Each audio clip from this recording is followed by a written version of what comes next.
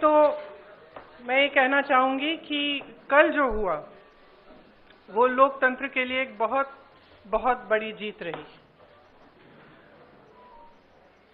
जो सरकार की साजिश थी संघीय ढांचे को बदलने की, लोकतंत्र को कमजोर करने की, उसको हराया गया, उसको रोका गया।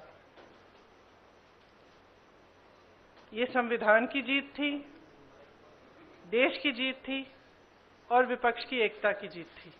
और वो साफ साफ सत्ता पक्ष के नेताओं के चेहरों पर दिख रही थी, आप सबने भी देखा होगा। देखिए, गृह मंत्री जी और प्रधानमंत्री जी का भाषण सुन रही थी। कई बार दोनों ने अलग अलग मौकों पर अपने भाषण में कहा कि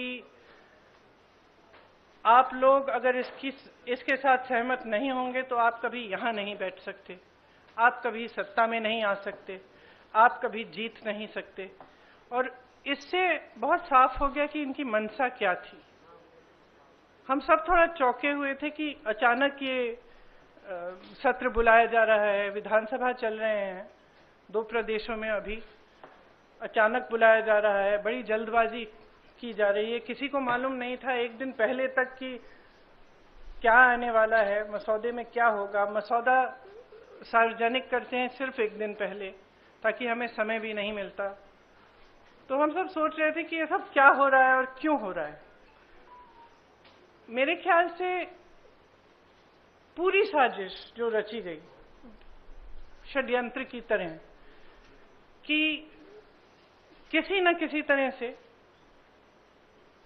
हमें सत्ता में रहना है। अगर अभी नहीं किया जाएगा तो 2029 तक जो ये करना चाह रहे हैं परसीमन, 2011 के जनगणना के आधार पर वो नहीं खत्म हो पाएगा।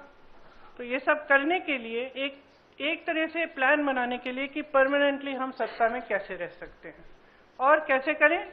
महिलाओं का इस्तेमाल करके महिलाओं के नाम पर हम आरक्षण लें।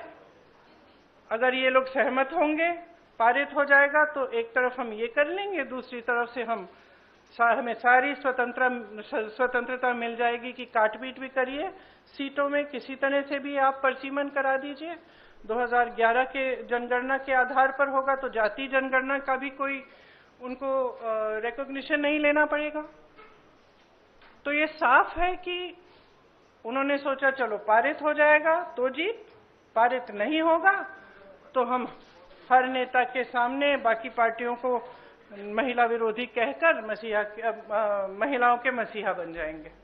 तो आप महिलाएं हैं, हम जानती हैं कि महिलाओं का मसीहा बनना इतना आसान नहीं है, करके दिखाना पड़ता है। एक इतिहास है, कांग्रेस पार्टी का एक इतिहास है, विपक्षी दलों का एक इतिहास है, भाजपा का इतिहास है महिलाओं के संदर्भ में। और वो इतिहास बहुत स्पष्ट है। आपके खड़े होने से सदन में उसका विपरीत कहने से कोई फर्क नहीं पड़ता।